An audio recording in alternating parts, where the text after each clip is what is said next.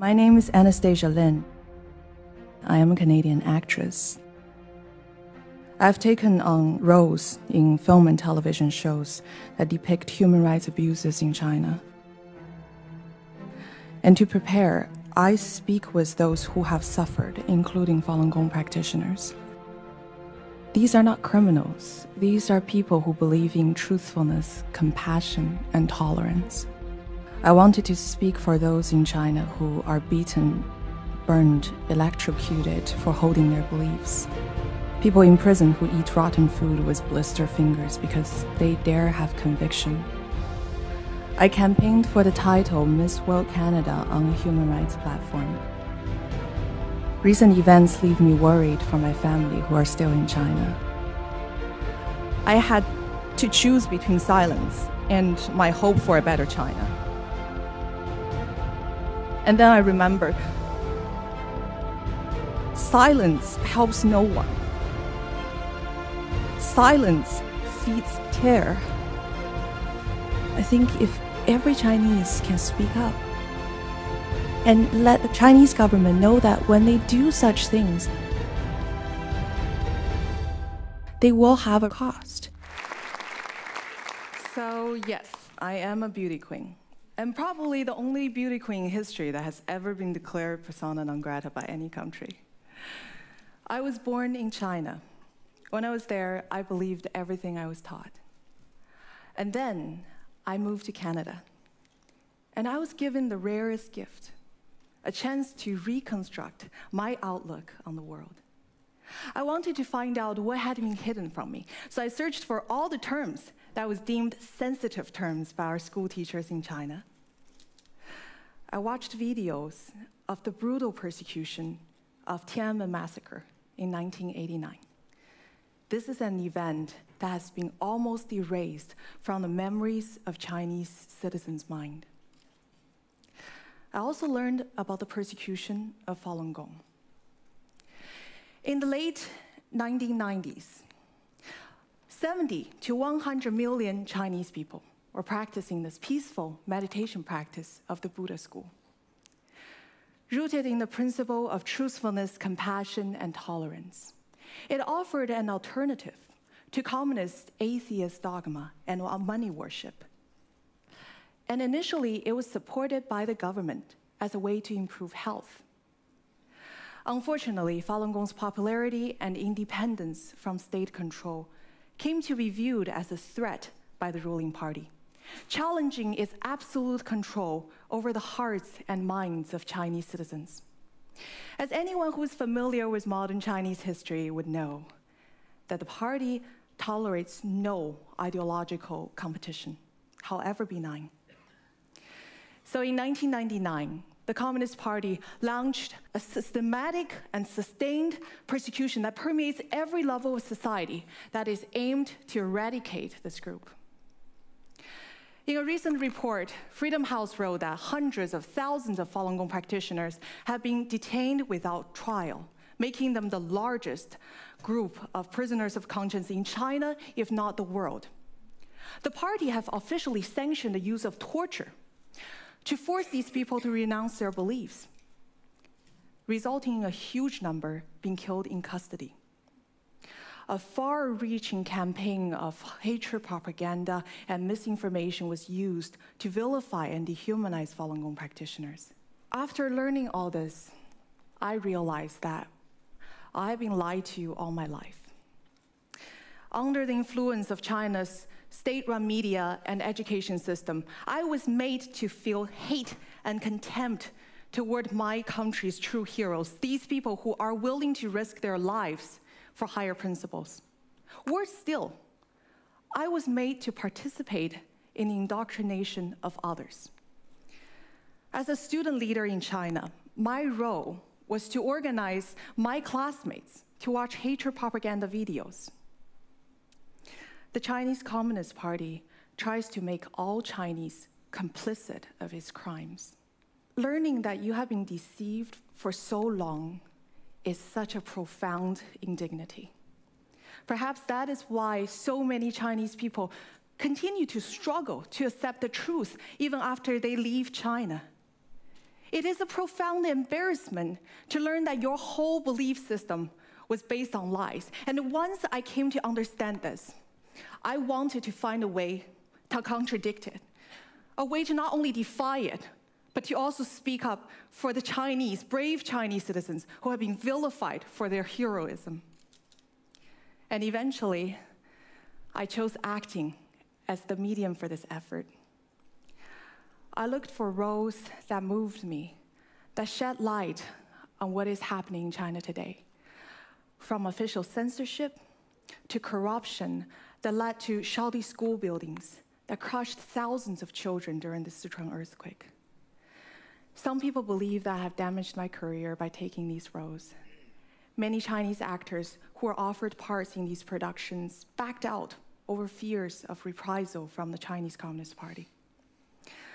My most recent film, The Bleeding Edge, I depicted a woman who refused to renounce her belief, and as a result, she was killed in custody and her organs sold for profit.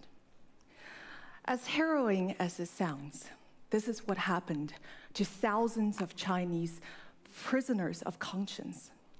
Consider this.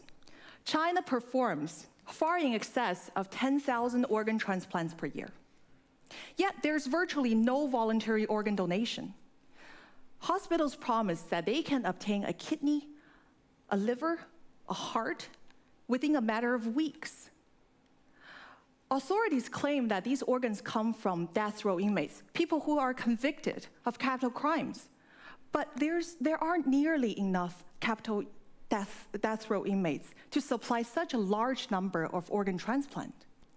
Noting this disparity, researchers try to find the true source of the organ, and they have concluded that tens of thousands of innocent Falun Gong practitioners, as well as a number of Uyghurs, Tibetans, and house Christians have been killed so their organs can be sold to the lucrative transplant industry in China.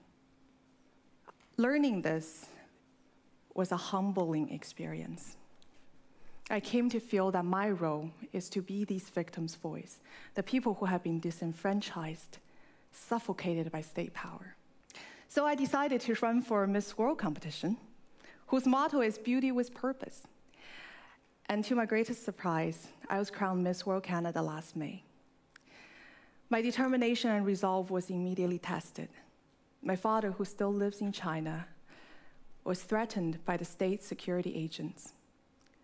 They tried to use him to pressure me to abandon my human rights concern. It nearly worked. I almost gave up. But then I remembered this. If I give in to fear, there's no way I will ever find out what could have happened if I have done the right thing. So I continued speaking out, and as a result, I was honorably declared persona non grata by Chinese government and barred from entering Miss World final contest in China last December. My experience is not a unique experience. Chinese people all around the world continue to feel the long, cold, iron arms of the Communist Party. The party have specialized agencies working to ensure that Chinese people living abroad continue to adhere to the correct political view. If people step out of line, we risk endangering our families back home. And not just Chinese people who face this pressure. Western journalists, academics, who bravely dares to report about Chinese issue critically and honestly, they will be denied a visa to enter China. And as anyone who's familiar with the movie business these days, some Hollywood studios are kowtowing to China, trading artistic integrity for market access. We in the West have failed to impose real cost on human rights abuses by the Chinese Communist Party. China's rulers have learned that no matter how extreme its human rights abuses, they will face no cost, political or economic. We have taught the Chinese Communist regime that they can abuse, imprison, and kill their own citizens with impunity. I want to end by showing you one of the hardest scenes for me to film. in the movie The Bleeding Edge. Let's take a look. 停，他不行了。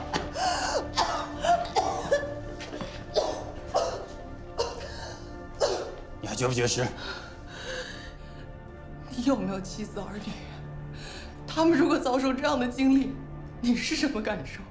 你为什么要当医生？是为了迫害好人吗？何苦受这个罪呢？我们这样子对你，你恨不恨我们？不恨。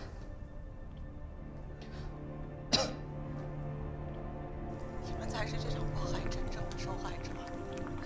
为了一份工作，做这种丧尽天良的事情，将来这场迫害的真相大白于天下的时候，你的孩子问你，迫害法轮功的时候你在做什么？你们怎么回答？